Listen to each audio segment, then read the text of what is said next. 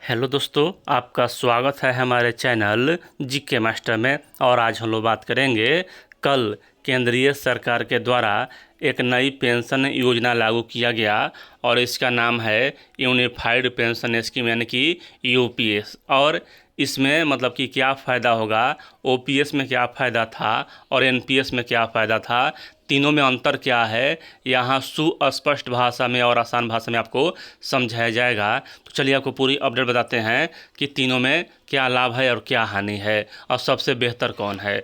देख लीजिए, यहाँ समझिए तीनों पेंशन स्कीम में अंतर। सबसे पहले यहाँ ओपीएस है यानी कि ओल्ड पेंशन स्कीम यानी कि पुरानी पेंशन प्रणाली। कर्मचारी को आखिरी वेतन का 50% पेंशन के रूप में मिलता था ओपीएस में, और उसे हटा दिया गया। कर्मचारी को कोई योगदान नहीं देना पड़ता था। योजना में केवल सरकारी कर्मचारी शामिल थे।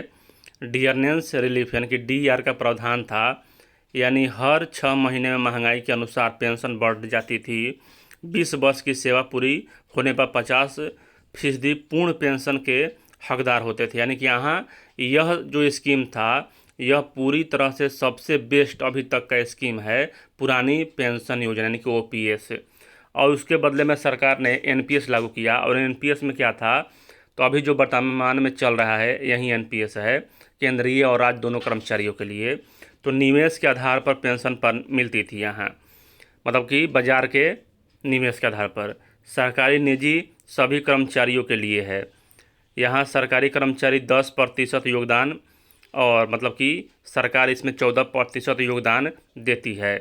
चूँकि एनपीएस का बाजार में निवेश होता था, इसलिए बाजार के फायदे इसमें शामिल हैं। रिटायरमेंट के समय कुल जमा का यहाँ 60% निकाला जा सकता था और शेष 40% के रूप में यहाँ पेंशन के रूप में फिक्स होता था। लेकिन यहाँ यह पेंशन बहुत कम मात्रा में होता था। उसके बाद जो नई कल यहाँ एक पेंशन लागू किया गया यूपीएस, इसमें क्या है, तो इसमें आखिरी पेंशन की 50% पेंशन, आखिरी वेतन की 50% पेंशन मिलेगी। 10 वर्ष से अधिक और 25 वर्ष से कम में रिटायर हुए तो अनुपातिक रूप से लाभ मिलेगा। और देखिए यहाँ सबसे बड़ी बात है कि जनरल का जो यहाँ नौकरी में भर्तियों का है वह है 37 वर्ष राज्यों में, और बाकी यहाँ 32 वर्ष यूपीएससी में है, और अन्य सभी 33 वर्ष किसी किसी में है। तो इनका कैसे 25 वर्ष पूरा होगा, इस पर सरकार को स्पष्टीकरण देना चाहिए था।